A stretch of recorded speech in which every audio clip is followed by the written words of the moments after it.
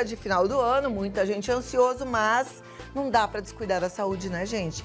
Principalmente quando o assunto é coração. E nessa época do ano é muito comum que aconteçam muitos infartos, o número aumenta, infelizmente.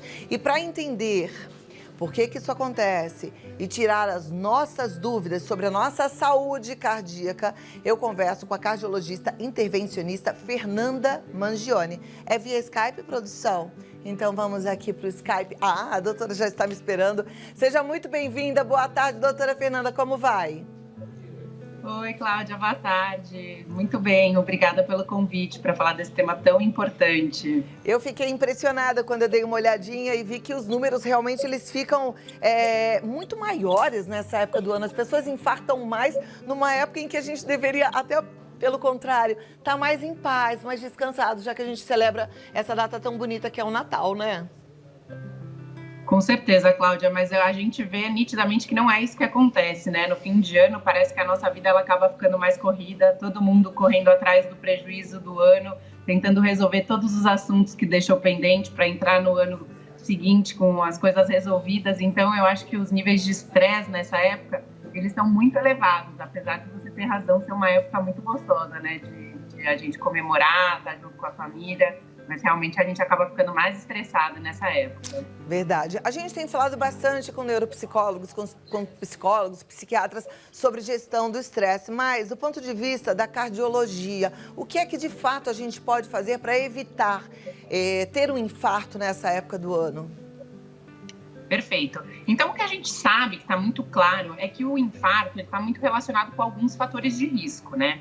E que podem ser evitados, esses fatores de risco, e prevenidos. Os principais, mais conhecidos, são as doenças crônicas, como o diabetes, a pressão alta, o colesterol. Então, a gente ter sempre essas doenças bem tratadas e bem controladas, sempre com um acompanhamento médico, é muito importante.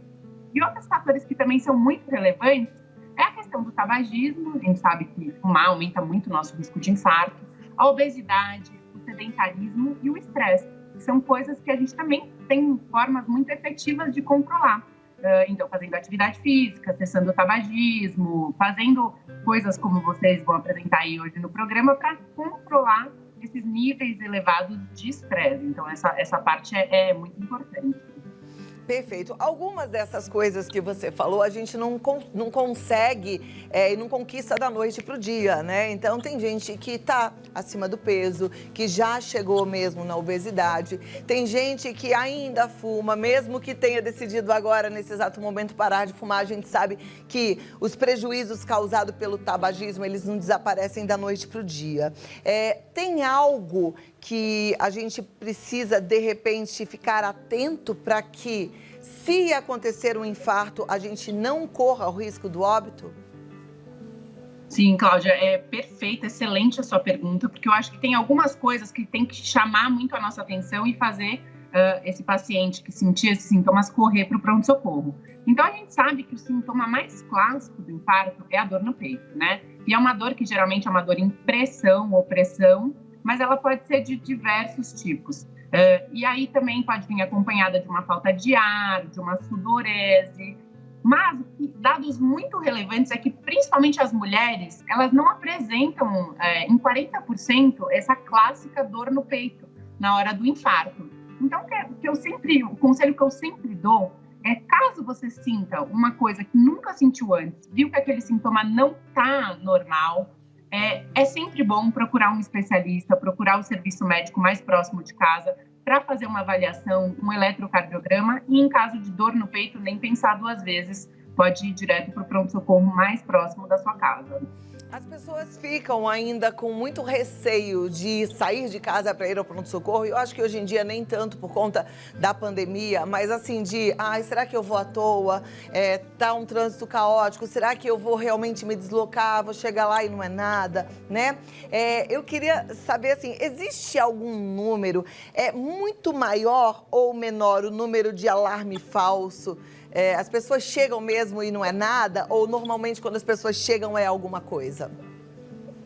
É que realmente a gente precisa de mais dados, né, para responder essa sua pergunta com dados mais fiéis. Mas o que a gente sabe é que a grande maioria dos pacientes que morrem por infarto, eles morrem antes de chegar a um serviço médico. Então, muita gente tem esse raciocínio que nem você tem, de achar, ai, não, eu não vou, não deve ter nada, é melhor eu ficar em casa, vai passar. E o conselho que eu dou é, por mais que seja um alarme falso, é melhor você ir até o pronto-socorro, fazer um eletrocardiograma, que é um exame que já dá uma triada, que a gente fala muito grande, assim, de casos mais graves. A gente já consegue detectar a grande maioria dos casos graves por um simples eletrocardiograma e o máximo que vai acontecer é voltar para casa. Então, não deixe de procurar o pronto atendimento caso você tenha dor no peito ou algum desses sintomas que você realmente veja que não é comum, que não está normal e que você não está se sentindo bem. Vale a pena procurar esse serviço médico, sim.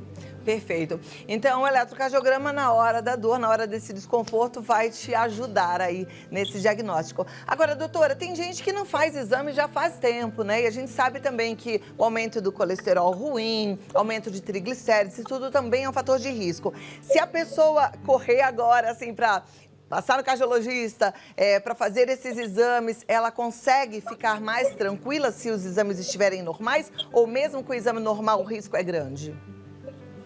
Não, sem dúvida nenhuma. Esse check-up, né, essa consulta cardiológica preventiva, ela é muito eficaz. Exatamente por isso que eu comentei. Nessa consulta, a gente consegue diagnosticar essas doenças, que, como você mencionou, o colesterol, a pressão alta, o diabetes, que são fatores de risco muito importantes, né, para o infarto.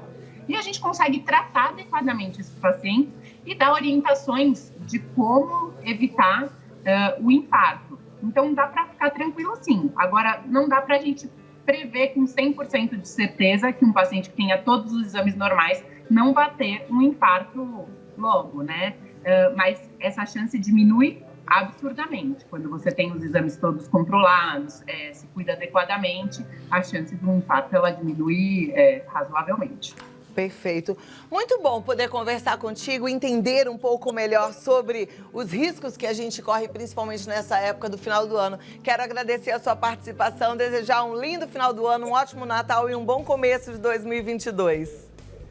Muito obrigada para você também, um grande beijo e fica com Deus. Amém. Olha, a doutora Fernanda Mangione, ela está no Coração Alerta, lembrando que a gente precisa saber que mulheres também infartam, tivemos uma campanha até muito recente, Coração Alerta, porque o primeiro sintoma é sinal de que precisamos correr para o hospital.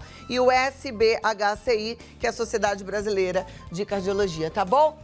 Tem que ficar atenta, porque a gente precisa ser responsável pelo nosso corpo e pela nossa saúde. Então,